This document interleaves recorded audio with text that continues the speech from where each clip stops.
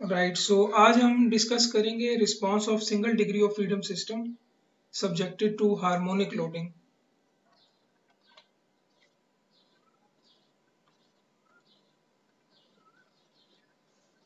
सो harmonic loading एक ऐसी loading है जो साइनोसाइडल पैटर्न या वेरिएशन फॉलो करती है, हार्मोनिक लोडिंग। और इसको आप मैथमेटिकली एक साइन फंक्शन से डिस्क्राइब कर सकते हैं, इस वेरिएशन को या इस किस्म की लोडिंग को। So simple harmonic loading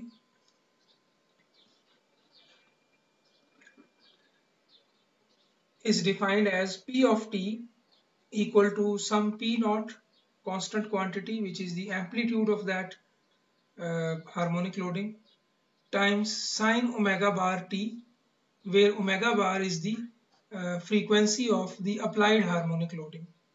So ये जो omega bar है टॉप पे, ये applied harmonic loading की frequency है।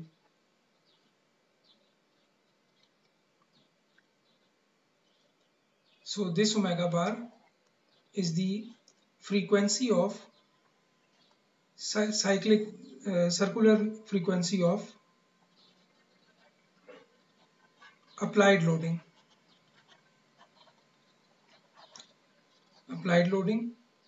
और ये जो P नॉट है, P nought, this is the amplitude और peak amplitude of the applied loading. So ये एक फंक्शन है, P of t is equal to P nought, कोई constant value, times sine omega bar t। और अगर आप इसको with respect to t plot करें, t को x एक्सिस पे रखें, तो आप देखेंगे कि ये P ऑफ t एक साइनोसाइडल फंक्शन होगा जो 0 से स्टार्ट होगा और फिर ये एक जेंटल पुश एंड जेंटल पुल की तरह अपनी वैल्यू कम करेगा फिर ज्यादा करेगा। पीक एम्पलीट्यूड इसका होगा P नॉट, और अगर आप इस ओमेगा बार को एक टाइम पीरियड में कन्वर्ट करें तो ये लोडिंग उतने टाइम में एक साइकिल मुकम्मल करेगी। सो अगर हम ओमेगा बार से एक 2 pi into F bar calculate कर लेते हैं, या ओमेगा बार से 2 पाई ओवर टी बार, ठीक है। सो ये जो टी बार है ये time period of the applied loading होगा, यानी ये वो टाइम होगा जिसमें लोडिंग अपना एक साइकिल मुकम्मल करेगी। सो ये टी बार होगा। सो ये डेफिनेशन है हार्मोनिक लोडिंग की, यानी एक ऐसी लोडिंग जो स्ट्रक्चर को पुश और पुल के साइकिल्स दे रही है repeatedly with a constant amplitude with a constant frequency, और वो फ्रीक्वेंसी अप्लाइड लोडिंग की जो है उसको हमने ओमेगा बार का नाम दिया, just to differentiate it with omega, जो कि स्ट्रक्चर की अपनी नेचुरल फ्रीक्वेंसी है under root k over m. उससे डिफरेंट करने के लिए ओमेगा के ऊपर हमने बार, या एफ के ऊपर बार, या टी के ऊपर बार। बार का मतलब अप्लाइड लोडिंग की प्रॉपर्टी। सो इसका मतलब है कि ये लोडिंग सिर्फ दो नंबर से डिफाइन होती है, पी नॉट से और ओमेगा बार से। ये दो नंबर अगर आपको दे दिए जाएं तो आप ये फंक्शन प्लॉट कर सकते हैं।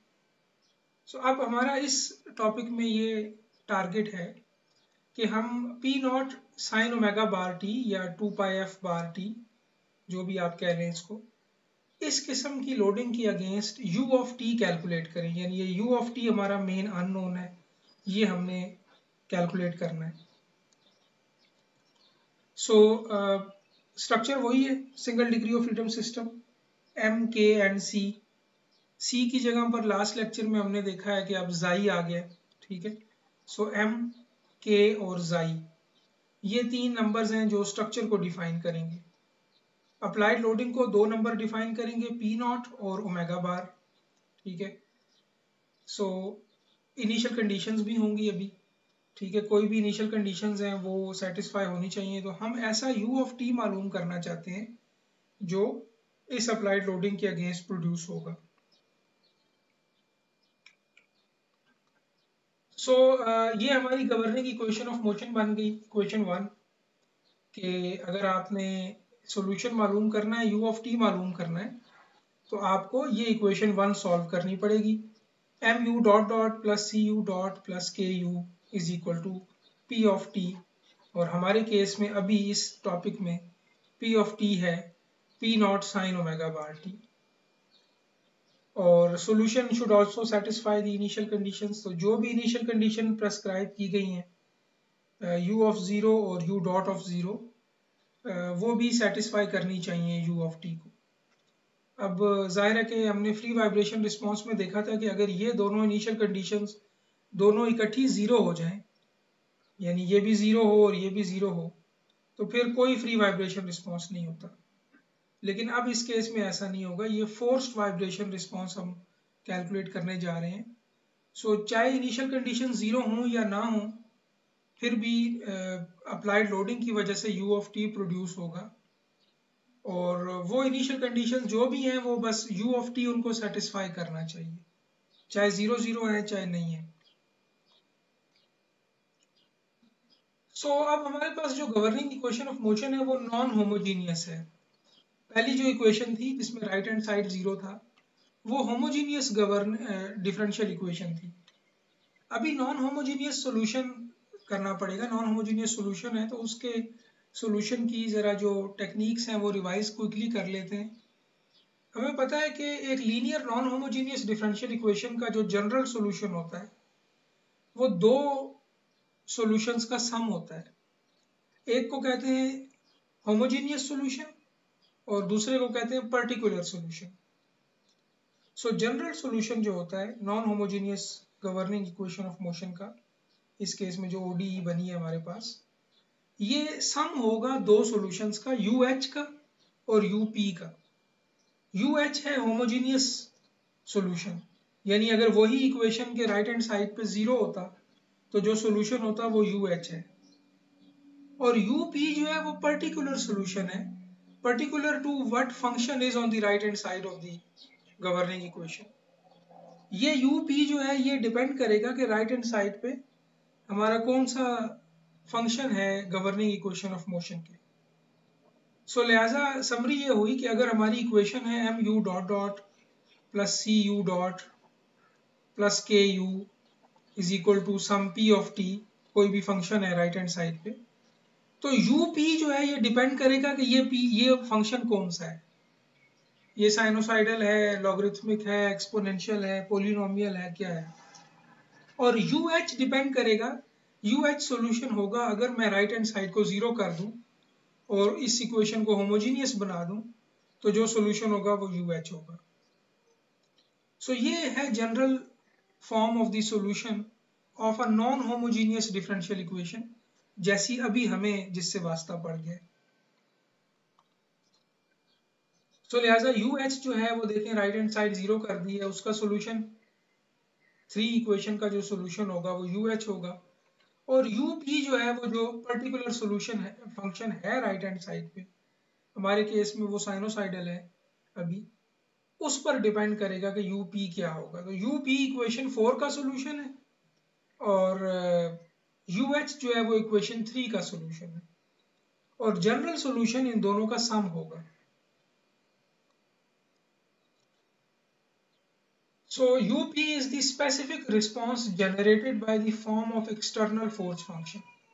इसीलिए इसको पर्टिकुलर सॉल्यूशन कहते हैं। This is particular to what function is on the right hand side. तो ये तो जो अप्लाइड फोर्स की शेप है, इस केस में साइनोसाइडल है, उस पर डिपेंड करेगा UP। ठीक है, अभी हम देखेंगे नेक्स्ट स्लाइड में कि डिफरेंट किस्म के फंक्शंस हों अगर राइट हैंड साइड पे, तो उनके पर्टिकुलर सॉल्यूशन भी उनके मुताबिक होते हैं।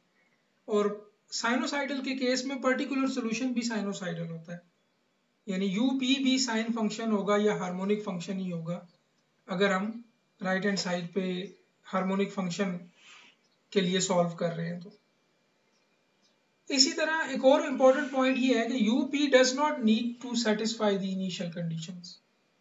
अकेले UP क्योंकि देखें टोटल U जो है U ऑफ t वो UH और UP का जमा है। ठीक है, सो अकेला UP जो है वो इनिशियल कंडीशंस को सेटिस्फाई नहीं करेगा, ये UH के साथ मिल के टोटल सॉल्यूशन जो है U ऑफ t को इनिशियल कंडीशंस को सेटिस्फाई करना चाहिए। सो सिर्फ ये देखने के लिए कि जनरल सॉल्यूशन भी इसी इक्वेशन का सोल्यूशन है, हम इक्वेशन में पुट करते हैं u of t is equal to u H plus you p को पुट करते हैं इक्वेशन में, और एम यू डॉट डॉट था तो अगर डॉट डॉट दोनों पर चला जाएगा, सी यू डॉट था वो भी दोनों पे चला जाएगा, प्लस के यू था। इसको रीअरेंज हमने कर लिया और यू एच वाली टर्म्स को इकट्ठा कर दिया, यू पी वाली टर्म्स को इकट्ठा कर दिया। अब हमें पता है कि ये चीज़ यू एच वाली जो इक्वेशन बन गई है, ये जो तीनों टर्म्स हैं ये इक्वल टू जीरो है, because U H is defined as the solution of homogeneous equation. So ये वैसे ही जीरो है, और U P is defined as the solution of particular equation, so ये P nought sine omega bar T के बराबर होगा। सो लिहाजा इसका मतलब ये है कि जनरल सॉल्यूशन इक्वेशन को सेटिस्फाई करेगा, U H plus you P मिल के इक्वेशन को सेटिस्फाई करेंगे, और ये हमने मालूम करना है इस चैप्टर में। सबसे पहले होमोजीनियस सॉल्यूशन की बात करते हैं, बिकॉज वो हम ऑलरेडी फ्री वाइब्रेशन रिस्पांस की शक्ल में सॉल्व कर चुके हैं, यानी right hand side equal to zero रख के तो हमने सॉल्यूशन कर लिया है लास्ट लेक्चर में। सो इसका मतलब है half part of the solution यानी U H is already available to us. So बहरहाल इक्वेशन सॉल्यूशन स्टार्ट करते हैं, M you dot dot plus C you dot plus के U equal to P nought sine omega bar T, ये हमारी main equation है, equation 16। इसको हमने mainly solve करना है। सो इसका पहला पार्ट ये है कि हम यू एच कैलकुलेट करें। यू एच जो है वो हमने लास्ट लेक्चर में ऑलरेडी सॉल्व कर लिया है, होमोजीनियस या complementary part of the solution, और वो हमने देखा था कि वो आया था e raise to power minus xi omega T into some constant cos plus another constant into sine. ये जो कॉन्स्टेंट्स a एंड b थे ये इनिशियल कंडीशंस और जाई की शक्ल में थे और ओमेगा की शक्ल में थे, लेकिन अभी दोबारा से हमने इनको a और b लिख लिया, बिकॉज अगर आप उस सॉल्यूशन को याद करें जो कल किया था तो उसमें हमने इनिशियल कंडीशंस को एनफोर्स करवाया था, सेटिस्फाई करवाया था जबरदस्ती टू कैलकुलेट दीज कॉन्स्टेंट्स। लेकिन अभी तो हमें पता है कि U H alone is not going to satisfy initial condition, ये यू पी के साथ मिलकर इकट्ठा total solution will satisfy the initial conditions. So U H is not total solution now, it is one part of the total solution. So लिहाजा हम ये नहीं कह सकते कि लाजमी हम वही एग्जैक्टली ए और बी कैलकुलेट करेंगे जो हमने लास्ट लेक्चर में किए थे, बिकॉज वहां पर तो you homogeneous part of the solution he total solution था, वही टोटल सॉल्यूशन था। अभी ऐसा नहीं है। सो लिहाजा हम दोबारा से इसको जनरल फॉर्म में ही लिख लेते हैं, E raise to power minus I omega T decay function multiplied by एक sinusoidal function A cos theta plus B sine theta. और अगर हम चाहें तो अब ए और बी की एग्जैक्ट वैल्यू मालूम कर सकते हैं। उसके लिए हमें क्या करना पड़ेगा, यू पी मालूम करना पड़ेगा, फिर यू पी में यू एच ऐड करना पड़ेगा, उससे हमारे पास टोटल यू आएगा, और फिर उस टोटल यू के ऊपर जब आप इनिशियल कंडीशंस इम्पोज करेंगे, टी को जीरो पुट करेंगे, फर्स्ट डेरिवेटिव लेके फिर टी को जीरो पुट करेंगे, साइमल्टेनियसली सॉल्व करके कुछ कॉन्स्टेंट्स कैलकुलेट करेंगे, तो ए और बी की एग्जैक्ट वैल्यू मालूम हो सकती है। तो अभी हम इसको यूं ही रखते हैं, equation 17 is the homogeneous part of the solution, complementary part भी इसको कहते हैं, और ये ऑलरेडी हमें नोन है या गिवन है, ठीक है। इसी की हमने एक और अल्टरनेट फॉर्म भी लिखी थी लास्ट टाइम, वो ये थी कि E raise to power minus I omega T को तो यूं ही रहने देते हैं, लेकिन A cos theta B sine theta को जो है वो कंडेंस करके सिर्फ कॉस ही की शक्ल में लिख लेते हैं। So rho H cos omega D T minus theta H. अब ये एच का जो सबस्क्रिप्ट है ये इसलिए आ गया है कि ये अब homogeneous part of the solution को रिप्रेजेंट कर रहा है, टोटल सॉल्यूशन को रिप्रेजेंट नहीं कर रहा। So rho H is not the total amplitude, it is the amplitude of the homogeneous part of the solution. Theta h is the phase difference in the homogeneous part of the solution. So ये तो कहानी है UH की, जो यूं समझ लें कि अब जिस तरह ए और बी इक्वेशन 17 में आर्बिट्ररी कांस्टेंट्स हैं, जब तक कि हम इनिशियल कंडीशन इम्पोज करके इनकी एग्जैक्ट वैल्यू ना मालूम कर लें। इसी तरह इक्वेशन 19 की अगर बात करते हैं तो रो एच और थीटा एच जो है ये आर्बिट्ररी कांस्टेंट्स हैं। अब आ जाए particular part of the solution पे, जो ज़्यादा इम्पोर्टेंट नया पार्ट है, और वो ये है कि ये स्पेसिफिक रिस्पॉन्स होगा। ये it is particular to what function is on the right hand side. अब हमारे पास एक्सटर्नल फोर्स फंक्शन है साइनोसाइडल फंक्शन, तो यू पी भी साइनोसाइडल होगा। आपके पास डिफरेंट जो मैथमेटिक्स की डिफरेंशियल इक्वेशंस की टेक्स्ट बुक्स हैं उनमें आपको ऐसे टेबल मिल जाएंगे जिसमें वो बताएंगे कि अगर नॉन होमोजीनियस इक्वेशन के राइट हैंड साइड पे ऐसा फंक्शन हो तो उसका पर्टिकुलर सोल्यूशन इस फॉर्म का होगा। तो उनमें अगर आप देखें तो साइनोसाइडल फंक्शन के अगेंस्ट पर्टिकुलर सोल्यूशन भी साइनोसाइडल होता है। तो इसका मतलब है कि यू पी की जो जनरल फॉर्म है वो साइनोसाइडल ही होगी, वो वैसी ही होगी जैसे अप्लाइड लोडिंग के जो शेप है या जो उसका फंक्शन है, बिल्कुल सेम फंक्शन अप्लाइड लोडिंग की तरह का यूपी का भी होगा। So the specific response to the harmonic force is a harmonic function with a phase lag. ठीक है, सो यूपी जो होगा, समरी ये हुई कि वो भी हार्मोनिक ही होगा या साइनोसाइडल ही होगा।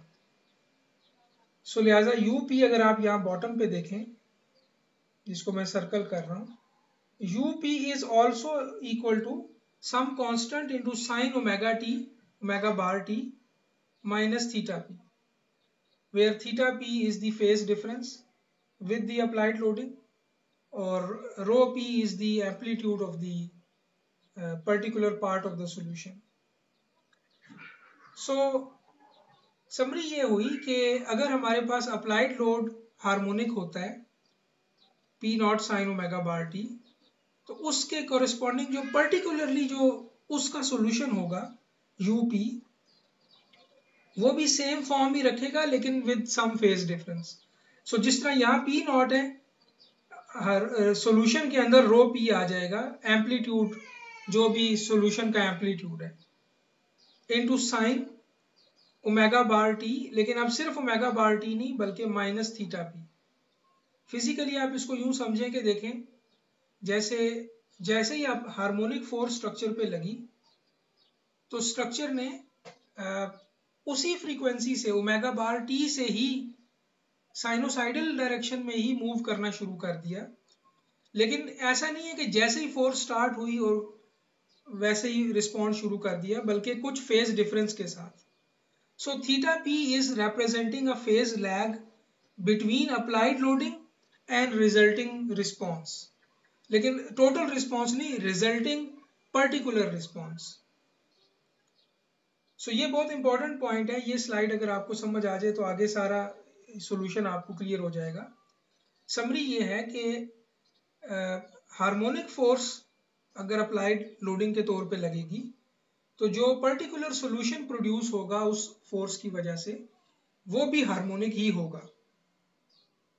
साइनोसाइडली स्ट्रक्चर को पुश एंड पुल दें अप्लाइड फोर्स की शक्ल में, तो रिस्पॉन्स भी पुश एंड पुल ही होगा विद अ डिफरेंस कि उस रिस्पॉन्स का जो रिस्पॉन्स में और अप्लाइड लोडिंग में कुछ फेज लैग हो सकता है, जिसको थीटा पी से यहाँ रिप्रेजेंट किया हुआ है।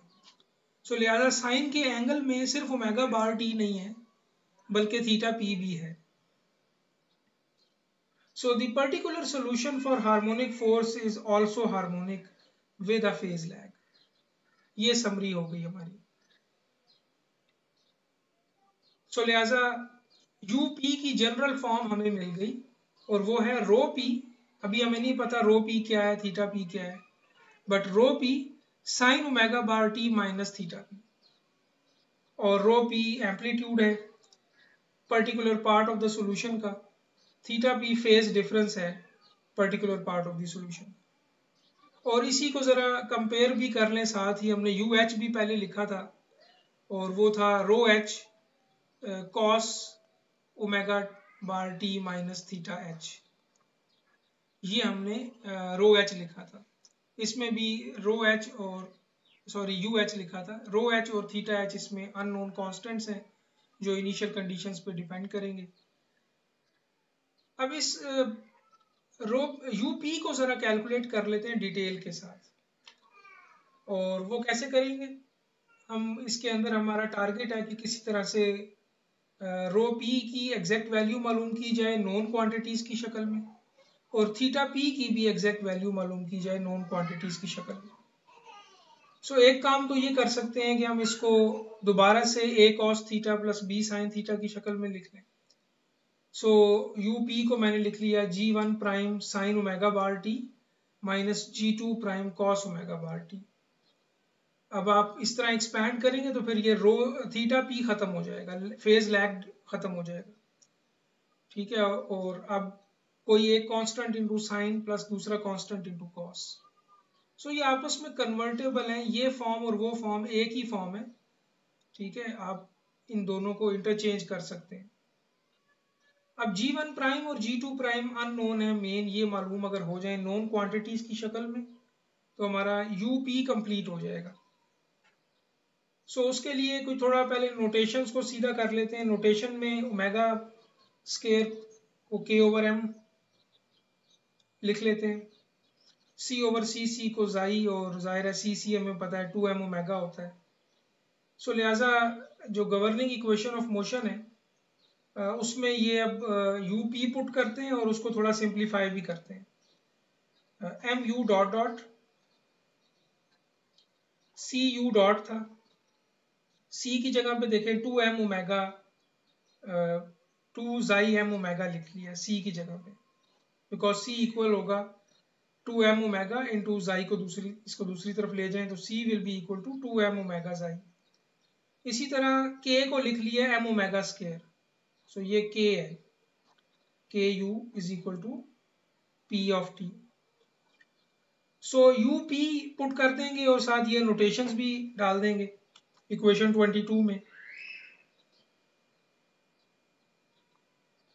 और उसके बाद इनिशियल कंडीशंस इन्वोक करेंगे ताकि G1 और G2 कैलकुलेट की जा सके।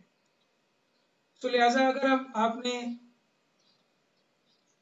मेन इक्वेशन के अंदर यू पी को पुट करना है तो उसके लिए सबसे पहले तो जाहिर है कि यू ऑफ पी आपको पता है, यू पी फर्स्ट डेरिवेटिव ले लेंगे इसका, फिर सेकंड डेरिवेटिव ले लेंगे और मेन इक्वेशन के अंदर ये तीनों चीज़ें पुट कर देंगे। मेन इक्वेशन में यानी एम यू डॉट डॉट में plus C you dot plus के you is equal to P of t में, इसमें यू डॉट डॉट पी, फिर इसी तरह यू डॉट पी और यू ऑफ पी, ये तीनों चीज़ें इसमें पुट कर देंगे और काफ़ी जो टर्म्स हैं वो कैंसिल आउट हो जाएंगी, लेकिन जो हमारे पास finally governing equation of motion की फॉर्म बनेगी वो ये बनेगी। इसमें हमने क्या किया कि बेसिकली यही तीन चीज़ें U P, U dot P और U double dot P put कर दिया कि अगर ये सोल्यूशन है particular part of the solution तो इसको इक्वेशन को सेटिस्फाई करना चाहिए। और फिर पुट करने के बाद हमने ये भी किया कि जिसमें भी साइन ओमेगा बार टी जिन टर्म्स में था उनमें से साइन कॉमन ले लिया, बाकी जिनमें कॉस था उनमें से कॉस कॉमन ले लिया।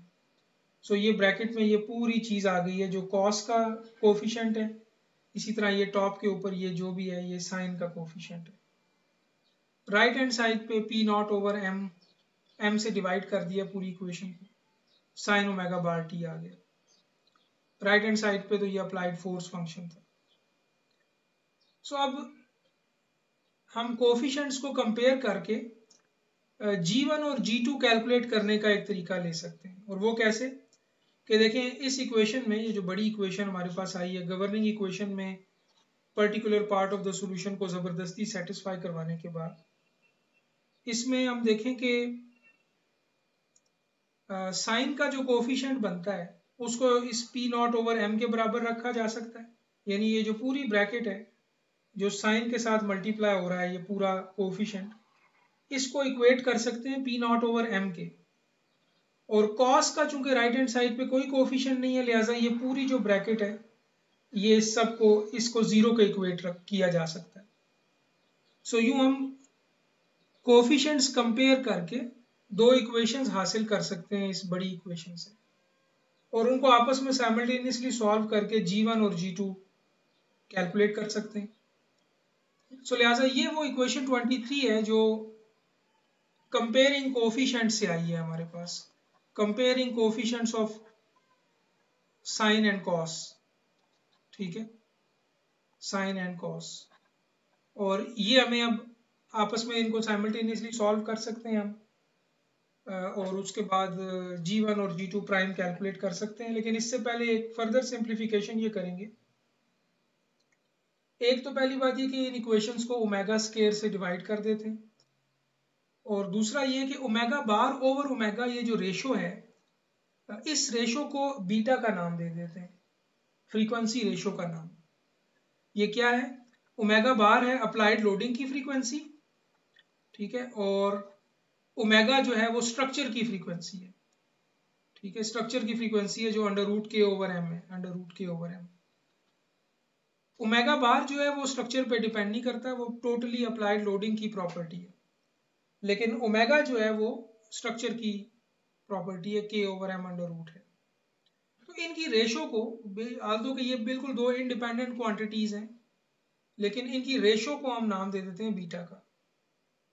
सो ये फर्दर सिंप्लीफिकेशन भी करते हैं, और ओमेगा स्केयर से डिवाइड करेंगे, जाहिर है पूरी इक्वेशन को जब ओमेगा स्केयर से डिवाइड करेंगे, ठीक है, सो हमारे पास कई जगहों पे बीटा स्केयर आ जाएगा, जैसे ये अब बीटा स्केयर बन जाएगा ये चीज़।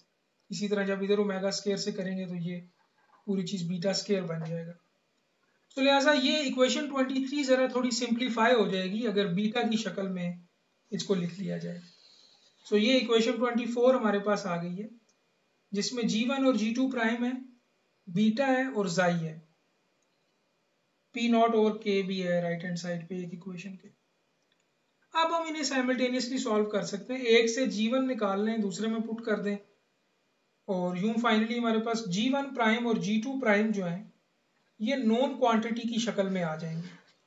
ये हमारा टारगेट पूरा हो जाएगा, हमारे पास जो पर्टिकुलर सोल्यूशन है वो कंप्लीट हो जाएगा। सो लिहाजा ये वो G1 और G2 प्राइम है जो इस तरह कैलकुलेट किए गए हैं। आपने ये खुद से करना भी है, सिर्फ इस पर यकीन नहीं कर लेना, बल्कि खुद से डिराइव करना है। G1 एक इक्वेशन से निकाल के दूसरे में पुट करना है, सिंप्लीफाई करना है। सो आपके पास ये G1 प्राइम आएगा और ये G2 प्राइम आएगा। इनमें P नॉट ओवर K दोनों में सेम है, फिर उसके बाद एक कांस्टेंट क्वांटिटी मल्टीप्लाई हो रही है जो सिर्फ दो चीज़ों का फंक्शन है, बीटा का और जाई का।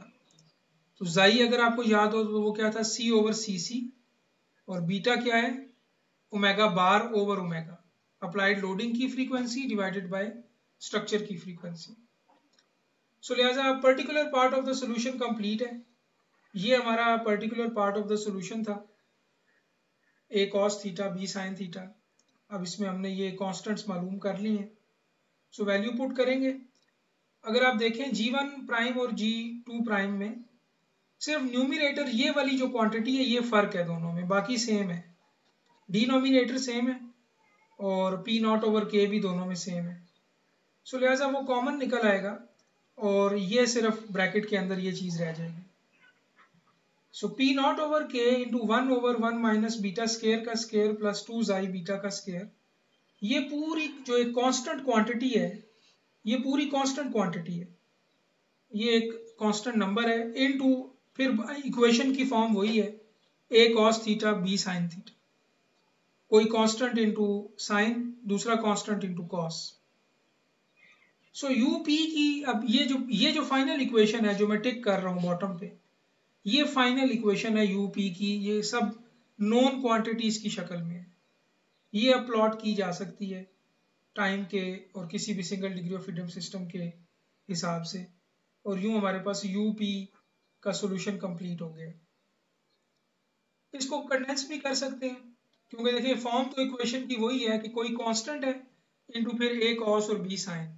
सो लिहाजा वही जो भी कांस्टेंट है उसको हम नाम दे देते हैं ये रो पी जो है ये अब वही एम्पलीट्यूड है particular part of the solution का, और अब ये नोन हो गया, ये अब हमें पता चल गया है कि ये पूरी क्वांटिटी है, ठीक है। और ये थीटा पी जो है ये फेज डिफरेंस है, ये tan इनवर्स बी ओवर ए करके ये भी आ जाएगा। तो यूं हमने particular part of the solution अभी सॉल्व कर लिया अगेंस्ट हार्मोनिक लोडिंग। सो अब पूरे सॉल्यूशन को जरा टोटलिटी में देखते हैं। जनरल सॉल्यूशन हमारे पास था UH प्लस UP, ठीक है। UP अभी हमने बड़ा डिटेल से कैलकुलेट किया है। सो अगर हम इसको इकट्ठा लिखें UH को, U ऑफ T को, तो ये है UH जो अभी हमने फ्री वाइब्रेशन रिस्पॉन्स से कैलकुलेट किया था, और ये है UP। इनमें दो बड़े बेसिक डिफरेंस हैं, कई डिफरेंस हैं, लेकिन जो बेसिक डिफरेंस है वो ये है कि ये जो पहला पार्ट ऑफ द सॉल्यूशन है UH जो है, इसके साथ एक डीके फंक्शन मल्टीप्लाई हो रहा है जो इसके एम्पलीट्यूड को वक्त के साथ रिड्यूस करवाता जाएगा, और एक वक्त आएगा कि T की वैल्यू की इतनी हाई हो जाएगी कि UH जो है ये ऑलमोस्ट ज़ीरो हो जाएगा। UH जो है ये डैम्पिंग की वजह से बिल्कुल नेग्लिजिबल हो जाएगा। सो अगर आप इन सिर्फ UH की प्रॉपर्टीज जरा देखें तो पहली प्रॉपर्टी ये है कि ये डीकेड ऑसिलेशन है, ठीक है। और रो एच और थीटा एच जो है वो डिपेंड करते हैं इनिशियल कंडीशंस पर। और ओवरऑल UH के बारे में जो मेन ऑब्जर्वेशन है वो ये है कि ये क्विकली डैम्प हो जाएगा, इवेंचुअली ज़ीरो हो जाएगा, ठीक है। अगर हार्मोनिक लोडिंग सफिशिएंट टाइम तक लगी रहे तो UH फाइनली बिल्कुल ज़ीरो हो जाएगा, बिकॉज इसके साथ एक डीके फंक्शन मल्टीप्लाई हो रहा है। अगर आप UP को देखें जो ये वाला पार्ट ऑफ द सॉल्यूशन है, इसमें तो कोई ऐसा जो है वो e raise to power minus I omega t multiply नहीं हो रहा। तो ये तो एक कांस्टेंट एम्पलीट्यूड ऑसिलेशन है। रो पी जो है ये कांस्टेंट वैल्यू रहेगी, इसकी वैल्यू अभी हमने मालूम की है बैक स्लाइड पे, अगर आप देखें तो वो वैल्यू पी नॉट ओवर के, अगर मैं बैक ये दिखाऊं आपको, ये है रो पी की वैल्यू, पी नॉट ओवर के into 1/1 minus √1 minus beta square का स्केयर प्लस 2 जाई बीटा स्केयर। सो रो पी तो कांस्टेंट क्वांटिटी है, ये सिर्फ चार चीज़ों पे डिपेंड कर रही है, पी नॉट पे, के पे, बीटा पे और जाई पे, ठीक है। ये चारों चीज़ें कांस्टेंट होंगी for a single degree of freedom system, लिहाजा रो पी तो एक कांस्टेंट एम्पलीट्यूड सॉल्यूशन है। इसके बरक्स रो एच जो था, UH जो था, ये वैल्यू कम होती जा रही थी वक्त के साथ। एक और इम्पॉर्टेंट पॉइंट ये है कि ये जो UP है इसकी अपनी फ्रीक्वेंसी अप्लाइड लोडिंग की ही फ्रीक्वेंसी है with some phase difference. So applied loading की जो फ्रीक्वेंसी है वो ओमेगा बार है, और वो UP की भी वही फ्रीक्वेंसी है। इसके बरक्स UH की फ्रीक्वेंसी ओमेगा डी थी, यानी जो स्ट्रक्चर की डैम्प नेचुरल फ्रीक्वेंसी है। तो ये भी एक फर्क आपने ज़हन में रखना है कि particular part of the solution की जो फ्रीक्वेंसी है वो वही होगी जो अप्लाइड लोडिंग की फ्रीक्वेंसी होगी। इसका मतलब particular part of the solution applied loading को फॉलो कर रहा है। अप्लाइड लोडिंग उसको एक तरफ लेके जाती है, वो उसके साथ जाता है, वो वापस लेकर आती है, ये उसके साथ वापस आता है। लेकिन जो UH है वो स्ट्रक्चर स्पेसिफिक फ्रीक्वेंसी से ऑसिलेट कर रहा है। तो दोनों पार्ट ऑफ द सॉल्यूशन की फ्रीक्वेंसीज फर्क हैं। UH जो है वो स्ट्रक्चर की फ्रीक्वेंसी फॉलो कर रहा है ओमेगा डी, और UP जो है वो अप्लाइड लोडिंग की फ्रीक्वेंसी फॉलो कर रहा है ओमेगा बार, ठीक है। सो अगर आप सफिशिएंट ड्यूरेशन तक अप्लाइड लोडिंग लगाए रखें तो आप देखेंगे कि UH जो है वो आहिस्ता आहिस्ता डिमिनिश होता जाएगा टोटल सॉल्यूशन के अंदर से, और वाहिद सॉल्यूशन जो कुछ देर बाद रह जाएगा वो सिर्फ UP ही होगा। लिहाजा UP को स्टेडी स्टेट रिस्पॉन्स भी कहते हैं, यानी वो रिस्पॉन्स जो अगर काफ़ी देर लोडिंग लगी रहे, स्टेडी स्टेट अचीव हो जाए, तो जो सॉल्यूशन होगा वो UP ही रह जाएगा, सिर्फ UH ख़त्म हो जाएगा, बिकॉज UH जो है वो वक्त के साथ साथ उसका एम्पलीट्यूड रिड्यूस होता जा रहा है। सो ये फर्क है दोनों पार्ट ऑफ द सॉल्यूशन में। अब इनको एंड पे जरा ग्राफिकली देखते हैं और फिर ये सेशन यहीं पे एंड करेंगे, अगली दफा इसी को आगे लेके जाएंगे डिस्कशन को। ये देखें टॉप के ऊपर जो इक्वेशन जो ए है, ये फिगर, ये सिर्फ अकेला होमोजीनियस सॉल्यूशन है, ये यू एच है, सिर्फ फ्री मोशन आप इसे कह लें, और ये इसकी एक अपनी फ्रीक्वेंसी है और ये इसका एम्पलीट्यूड वक्त के साथ साथ रिड्यूस होता जा रहा है। जो फिगर बी है ये अकेला यूपी है, ठीक है, अकेला यूपी है, और इसकी अपनी एक फ्रीक्वेंसी है जो बिल्कुल मैच नहीं कर रही यू एच के साथ, ठीक है। ये जो फ्रीक्वेंसी है ये ओमेगा बार है, और जो इसकी अपनी फ्रीक्वेंसी थी यू एच की वो ओमेगा डी थी, ठीक है। सो पर्टिकुलर सॉल्यूशन जो है वो यूपी जो है वो बिल्कुल अब ओमेगा बार को फॉलो कर रहा है, जो अप्लाइड लोडिंग की फ्रीक्वेंसी थी वही यूपी की फ्रीक्वेंसी है, और ये फोर्स्ड वाइब्रेशन है। सो यू एच जो था वो फ्री वाइब्रेशन था, यूपी जो है ये फोर्स्ड वाइब्रेशन है, यानी फोर्स ने स्ट्रक्चर को पकड़ा हुआ है और अब वो अपने साथ साथ उसको मूव करवा रही है।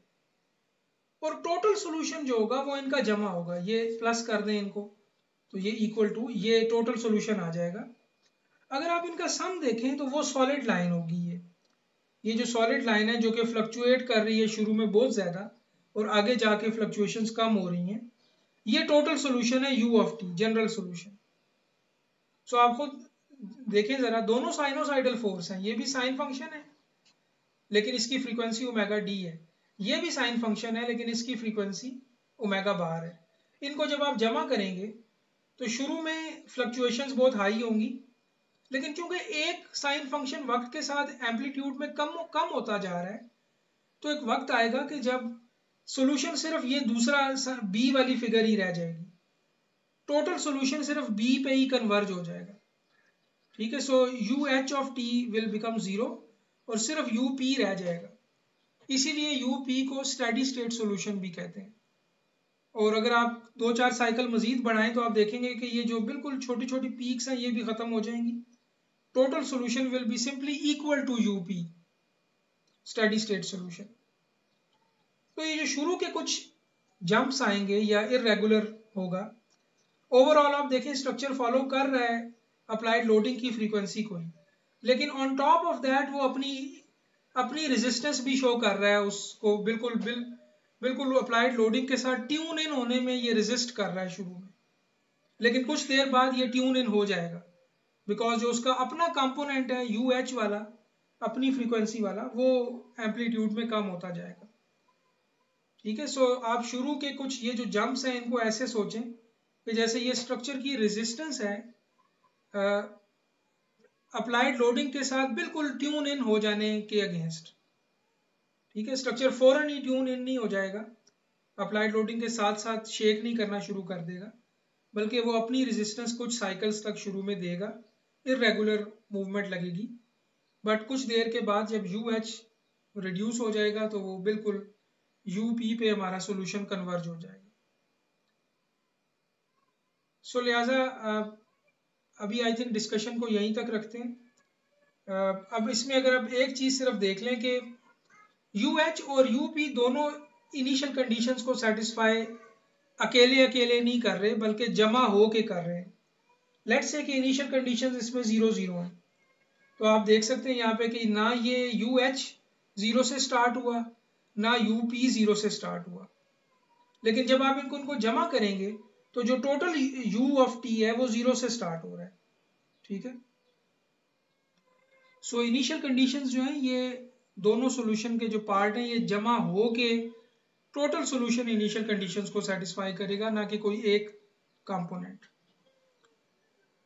सो यहीं पे ये सेशन एंड करते हैं और अगली दफ़ा इसी हार्मोनिक रिस्पांस की डिस्कशन को ही आगे बढ़ाएंगे।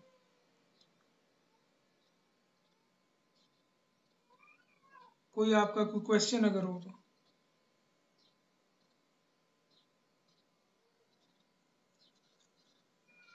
सर ये यू डॉट ऑफ 0-0 कैसे हो रहा है? मतलब U0-0 तो समझ आ रही है, यू डॉट ऑफ 0 0 कैसे हो सकता है? यानी कोई इनिशियल वेलोसिटी नहीं दी है आपने। सर लेकिन उधर वो टेंजेंट नहीं होती, अगर हम हम्म टेंजेंट लेंगे उस पॉजिटिव नहीं आएगी। नहीं, देखिए, आपने जब बिल्कुल ही एक स्ट्रक्चर को रिलीज कर दिया, यानी initial displacement the, you of 0 कोई दी, और फिर वहां से बिल्कुल छोड़ दिया, उसको रिलीज कर दिया, कोई पुश पुल नहीं किया, तो उस सूरत में तो जाहिर है कि टेंजेंट 0 ही होगा ना। उसका मतलब ये है कि आपने बेसिकली बिल्कुल आप पीक से स्टार्ट हुए ऐसे, ये पॉइंट पीक है, और पीक से आप नीचे को आए, तो पीक के ऊपर जो टेंजेंट खींचा जाएगा वो तो हॉरिजॉन्टल लाइन होगी ना, और हॉरिजॉन्टल लाइन का मतलब है कि वो टेंजेंट 0 है। अभी ये, इस सर जी जी, इस केस में सर क्या हो रहा था? अभी वो स्लाइड 1 मिनट गायब हो गई है, बट मैं चलिए आपको वर्बली एक्सप्लेन करने की कोशिश करता हूँ। इस केस में देखिए ना, इनिशियल कंडीशंस दोनों 0 हैं, मतलब स्ट्रक्चर बिल्कुल रेस्ट कंडीशन में था और हार्मोनिक लोड स्टार्ट हो गया, इसका ये मतलब है। यानी ना आपने इनिशियल ओके सर। वेलोसिटी दी, ना इनिशियल डिस्प्लेसमेंट दी, स्ट्रक्चर रेस्ट पे था, और सडनली उसके ऊपर हार्मोनिक लोडिंग स्टार्ट हो गई। Okay sir. सो मैं आपकी अटेंडेंस ले लूँ 1 मिनट, और फिर ये एंड करते हैं सेशन।